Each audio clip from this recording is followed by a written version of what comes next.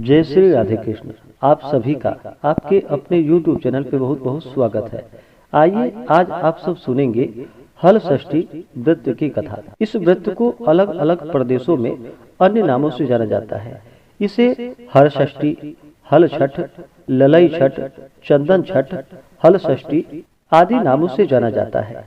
इस व्रत को खासकर स्त्रियां अपने संतान की रक्षा के लिए, संतान की उन्नति के लिए, सुख समृद्धि की प्राप्ति हेतु इस व्रत को धारण करते हैं। आप सभी भक्तों को हल षष्ठी व्रत की ढेर सारी शुभकामनाएं। हल षष्ठी का व्रत, जो कि हर वर्ष भाद्रपद माह के कृष्ण पक्ष की षष्ठी तिथि के दिन इस व्रत को धारण किया जाता है। यह पर्व भगवान श्री कृष्ण के ज्येष्ठ भ्राता श्री बलराम जी के जन्मोत्सव के रूप में मनाया जाता है।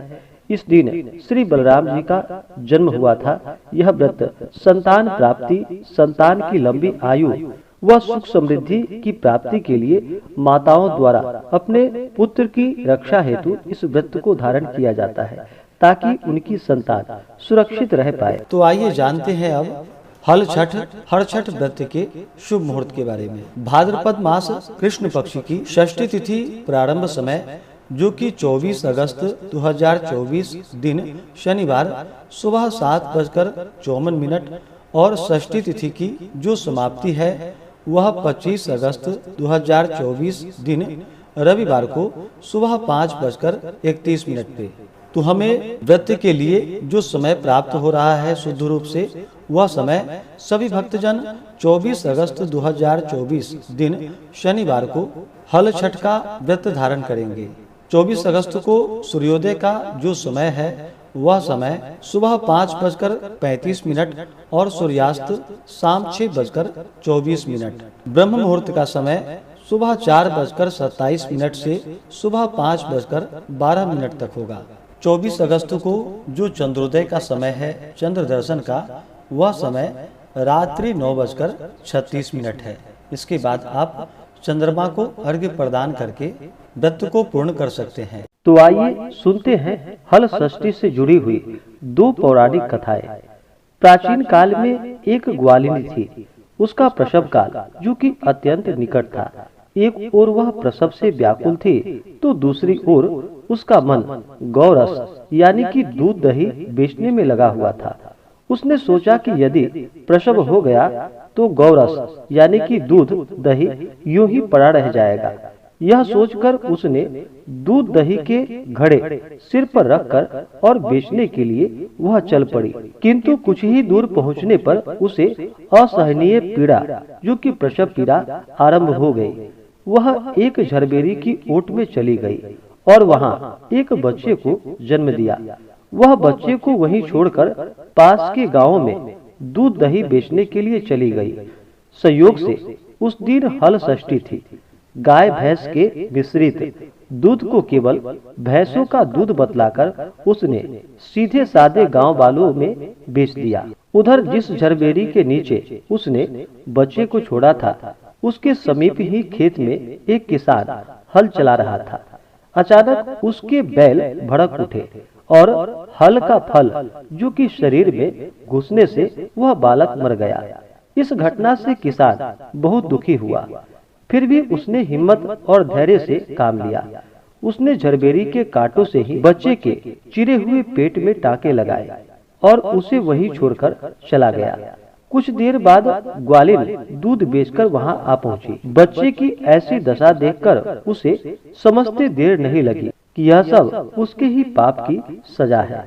वह सोचने लगी कि यदि मैंने झूठ बोलकर गाय का दूध न बेचा होता और गांव की स्त्रियों का धर्म भ्रष्ट नहीं किया होता, तो मेरे बच्चे की यह दशा आज न होती। अतः मुझे लौटकर सब बातें गांव वालों को बताकर अपना प्रायश्चित करना चाहिए। ऐसा निश्चय कर वह उस गांव में पहुंची जहां उसने दूध दही बेचा था। वही गली गली घूमकर अपनी सारी करतूत और उसके फल स्वरूप मिले दंड का वह बखान करने लगी। तब स्त्रियों ने स्वधर्म रक्षार्थ और उस पर दया करके उसे क्षमा कर दी और आशीर्वाद दिया। बहुत सी स्त्रियों द्वारा आशीर्वाद लेकर जब वह पुनः झरबेरी के नीचे पहुंची तो यह देखकर आश्चर्यचकित रह गई कि वहां उसका पुत्र जीवित अवस्था में पड़ा था। तभी उसने स्वार्थ के लिए झूठ बोलने को ब्रह्म हत्या के समान समझा और कभी झूठ न बोलने का प्रण किया। इस प्रकार षष्ठी देवी की कृपा से उसका पुत्र जीवित हो उठा। तो बोलिए प्रेम से षष्ठी देवी माता की जय। दूसरी कथा के अनुसार एक बार काशीपुरी में देवरानी व जेठानी रहती थी। देवरानी का नाम तारा व जेठानी विद्यावती थी। दोनों ही नाम अनुरूप तारा उग्र स्वभाव तथा विद्यावती अति दयालु थी। एक दिन दोनों ही ने खीर पका ठंडा करने के लिए खीर को आंगन में रख दी और बातें करते अंदर बैठ गई। तभी दो कुत्ते खीर देखकर खाने लगे। अब आवाज सुनकर दोनों देवरानी व जेठानी बाहर आई तो अपनी खीर को कुत्तों को खाता देखा। विद्यावती अपनी खीर को जूठन जान बचा शेष को भी कुत्ता के सामने पुनः डाल आई और तारा ने दूसरे कुत्ते को एक कमरे में बंद कर खूब मारने लगी। जैसे तैसे वह कुत्ता अपनी जान बचाकर बाहर भागता है। दूसरे दिन दोनों कुत्ता एक जगह मिलते हैं और एक दूसरे का हाल पूछते हैं। इस पर विद्यावती के खीर खाने वाला कुत्ता कहता है कि वह स्त्री बहुत ही दयालु थी, उसने मुझे बाकी बचा खीर भी खाने को दे दी। ईश्वर करे कि वह जब मेरा दूसरा जन्म हो तो मैं उसी की संतान बनूं और उसकी खूब सेवा करूं। अब दूसरा कुत्ता कहता है कि मैं भी उसी औरत का संतान बनूं जिससे कि मैं उससे बदला ले सकूं। उस दिन हल षष्ठी व्रत था। तारा की मार से वह कुत्ता मर गया। अगली हल षष्ठी व्रत के दिन तारा ने एक पुत्र को जन्म दिया। जन्म के बाद वह बालक अगली हल षष्ठी व्रत के दिन मर गया। इस प्रकार तारा ने एक एक कर 5 पुत्र को जन्म दिया। उनका पुत्र 1 साल बाद हल षष्ठी व्रत के दिन मर जाता था, जिससे तारा दुखित होकर हल षष्ठी माता से प्रार्थना करने लगी। उसी रात सपने में तारा ने वही कुत्ता को देखा जो उसकी मार से मरा था। कुत्ते ने सपने में तारा से कहा कि मैं तुमसे बदला लेने के उद्देश्य से तुम्हारा पुत्र बनकर आता हूँ और मरकर पुनः आता हूँ। जब तारा ने अपने अपराधों के लिए क्षमा मांगी तो उस कुत्ते ने कहा कि तुम हल षष्ठी व्रत को करो, जिससे तुम्हें दीर्घजीवी पुत्र की प्राप्ति होगी।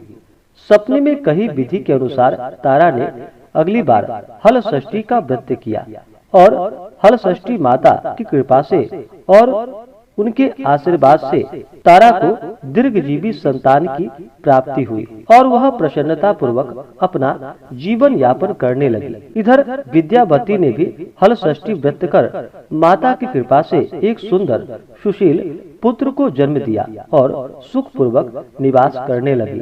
तो बोलिए प्रेम से हल षष्ठी माता की जय, सर्वदेवी देवता की जय। इसी प्रकार से जो भी सच्ची श्रद्धा के साथ नियम और निष्ठा के साथ हल षष्ठी का व्रत करते हैं तो माता षष्ठी देवी की कृपा से उन्हें पुत्र पौत्रादि की प्राप्ति होती है तथा सभी प्रकार के सुख और समृद्धि की प्राप्ति होती है।